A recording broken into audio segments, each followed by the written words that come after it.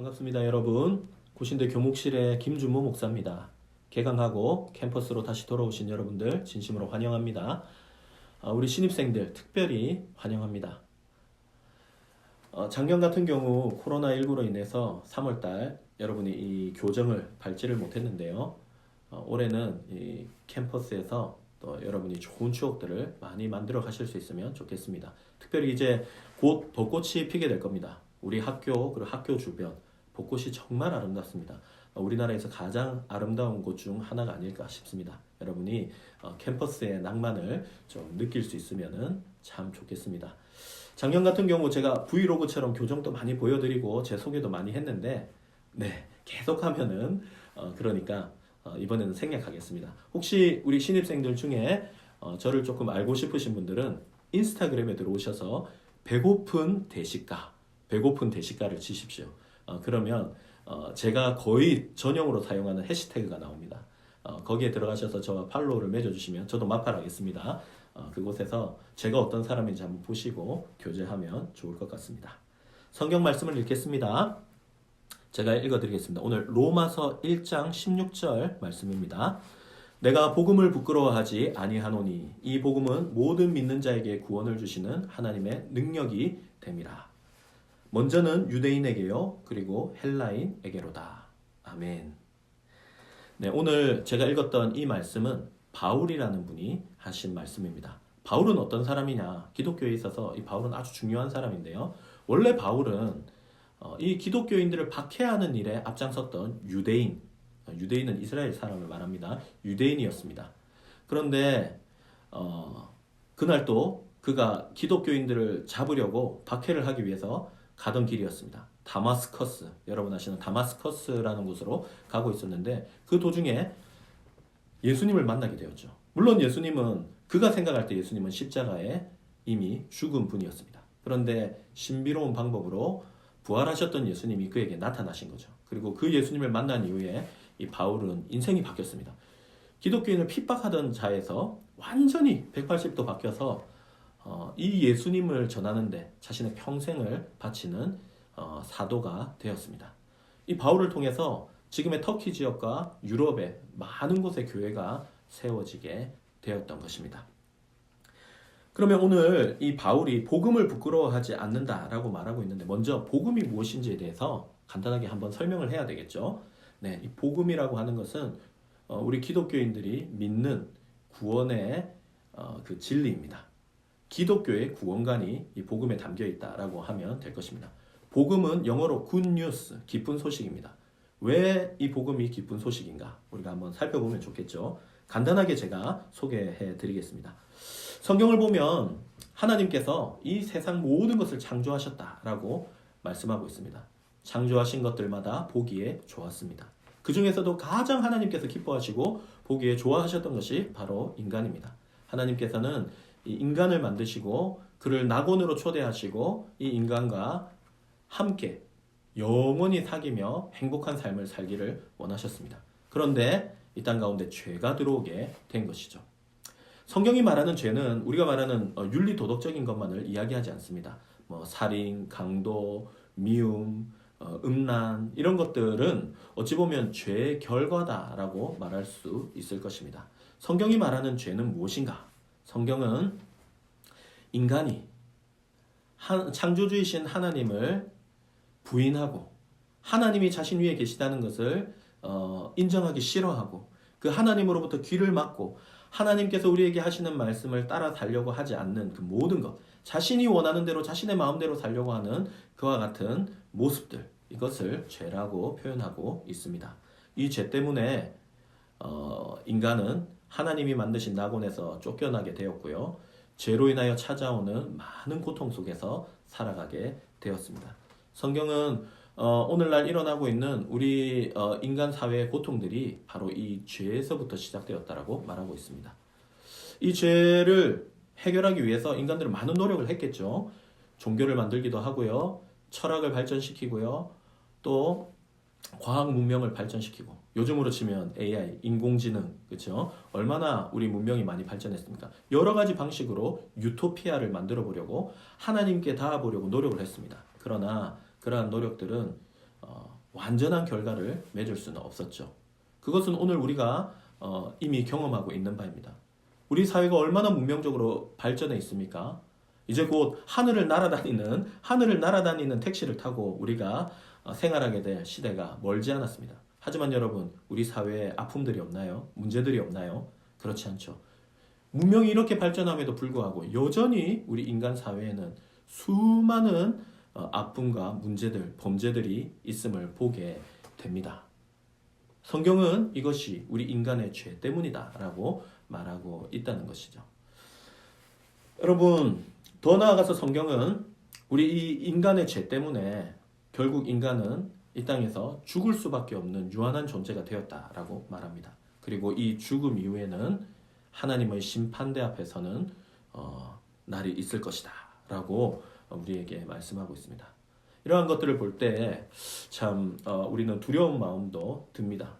그러면 하나님께서는 이 죄에 빠진 인간, 이 죄 때문에 고통받는 인간을 그냥 두셨을까?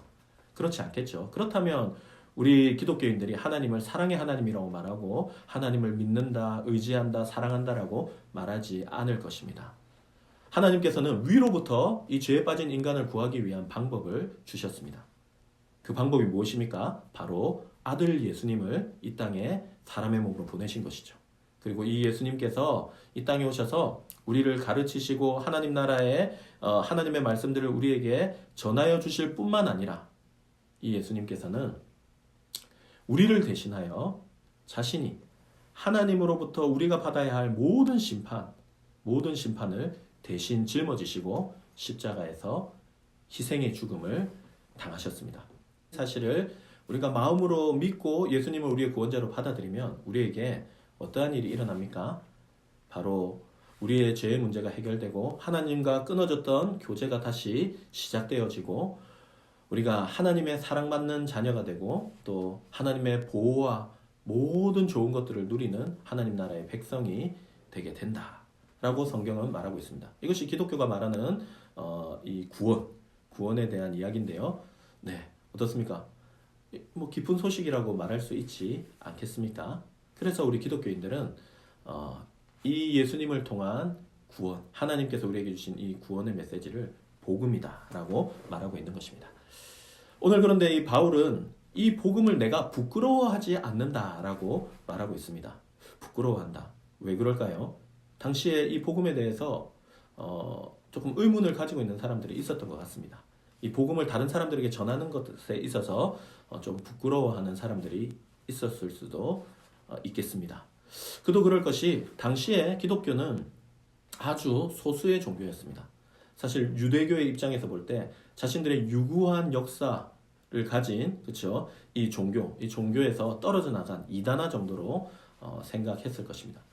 로마 역시 마찬가지입니다. 이 기독교인들은 로마의 법, 로마가 가진 이 관습을 따르지 않는 그와 같은 집단으로 생각을 했습니다. 그도 그럴 것이 로마의 황제를 로마인들은 모두 주라고 시인했습니다. 그러나 기독교인들은 로마의 황제가 우리의 주인이 아니라 예수님이 우리의 주인이다라고 말했습니다.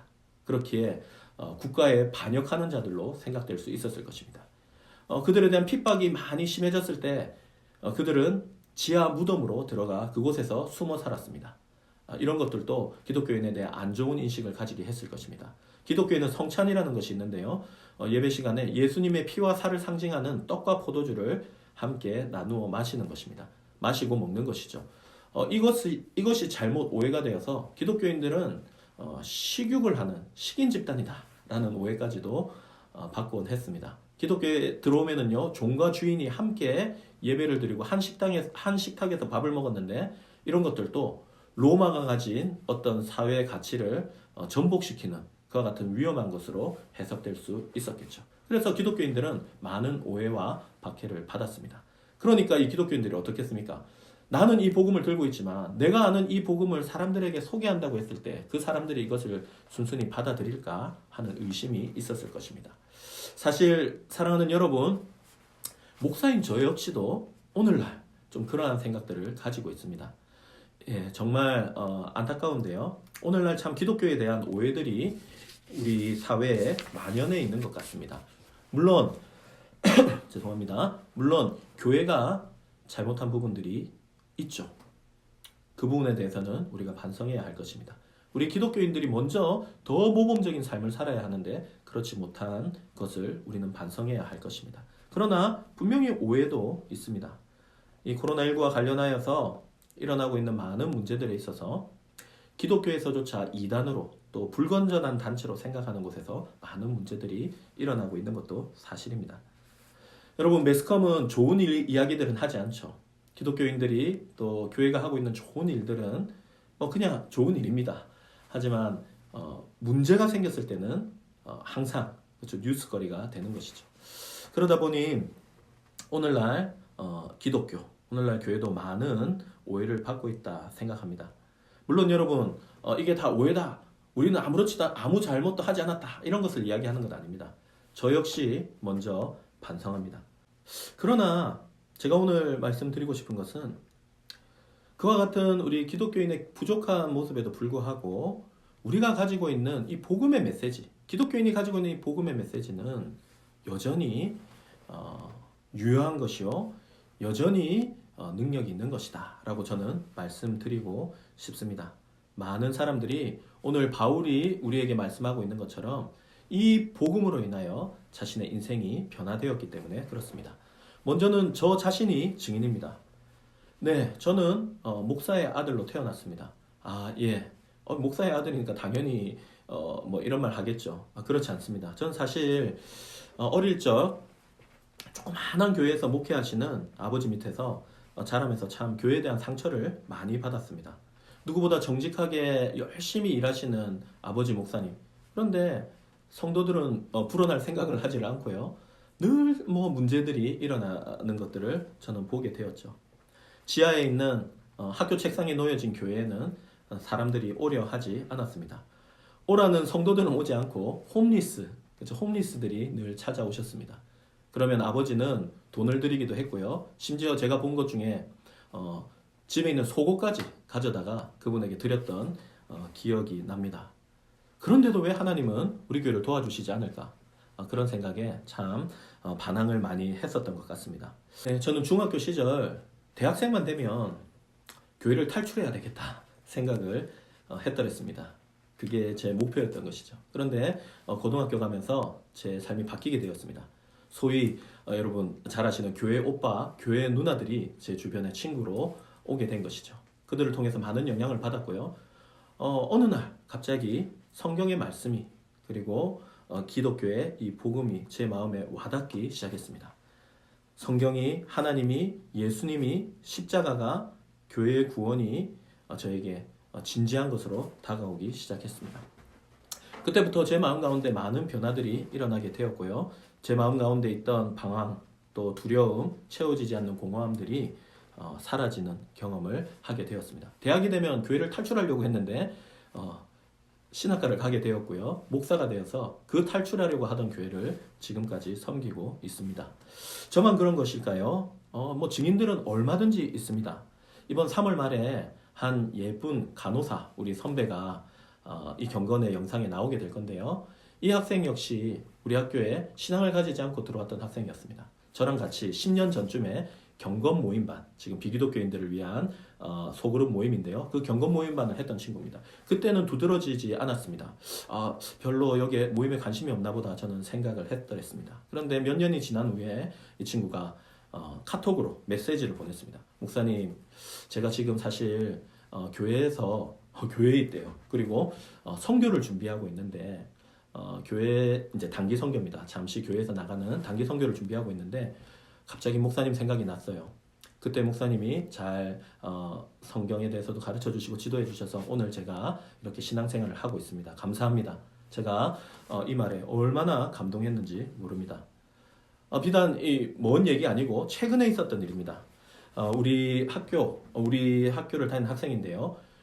제가 일하는 교회에 신앙생활 확인서 문제 때문에 한 두 번 정도 교회에 왔던 친구입니다. 그리고는 연락이 끊어졌는데요. 이 친구가 최근에 문자 연락이 왔습니다. 연락이 왔는데 목사님 잘 지내고 계시죠? 자기가 자신의 꿈을 위해서 어쩔 수 없이 이제 편입 준비를 시작했는데 정말 힘들고 어려웠다. 목사님 그런데 그거 아시냐고. 내가 기독교에 대한 반감을 많이 가지고 있었는데 편입을 준비하면서 힘들고 어려울 때 찬양을 듣기 시작했다는 거예요. 아직은 내가 하나님의 자녀라고 할 수는 없지만 제가 많이 바뀐 것 같아요. 이러면서 앞으로도 힘든 일 있으면 목사님 연락하고 교회 찾아가도 될까요? 이렇게 메시지를 보냈는데 제가 얼마나 감동했는지 모릅니다. 한 친구는 정말 이 기억에 남는 친구인데요. 남학생입니다. 제가 이제 그때 당시 학교에 새벽 기도를 인도하고 열심히 기도를 하고 있는데 옆에 인기척이 느껴집니다. 예, 한 남학생이 기다리고 있는 거예요. 그래서 뭔가 말할 게 있나 보다 싶어서 기도를 마치고 학생과 만남을 가졌습니다. 네, 이 학생이 군을 갔다 오고 정말 사랑하는, 결혼까지도 생각하는 여자친구가 있는데 이 여자친구가 하룻밤 실수를 한 것입니다.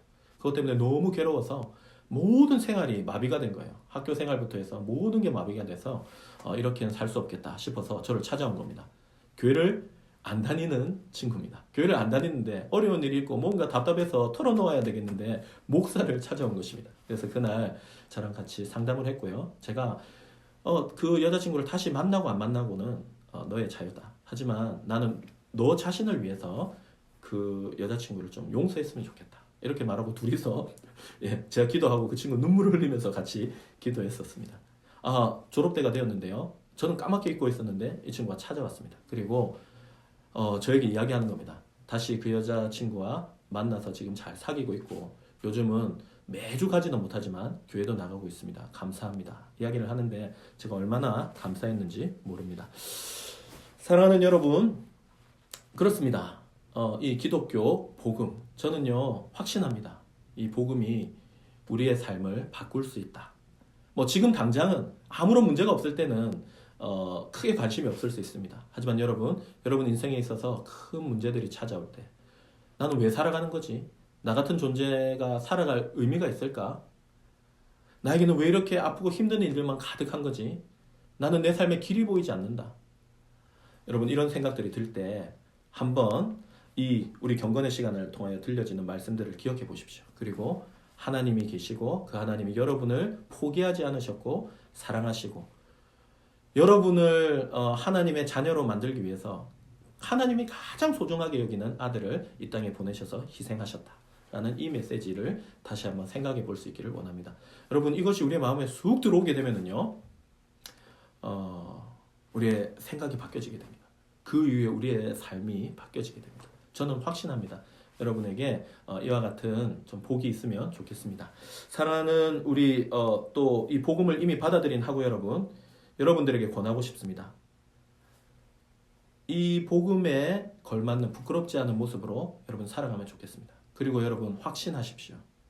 복음은 부끄러운 것이 아닙니다. 이 복음은 모든 믿는 자에게 구원을 주시는 하나님의 능력이 됩니다. 이 사실을 기억하고 살아가는 저와 여러분 될 수 있기를 소원합니다.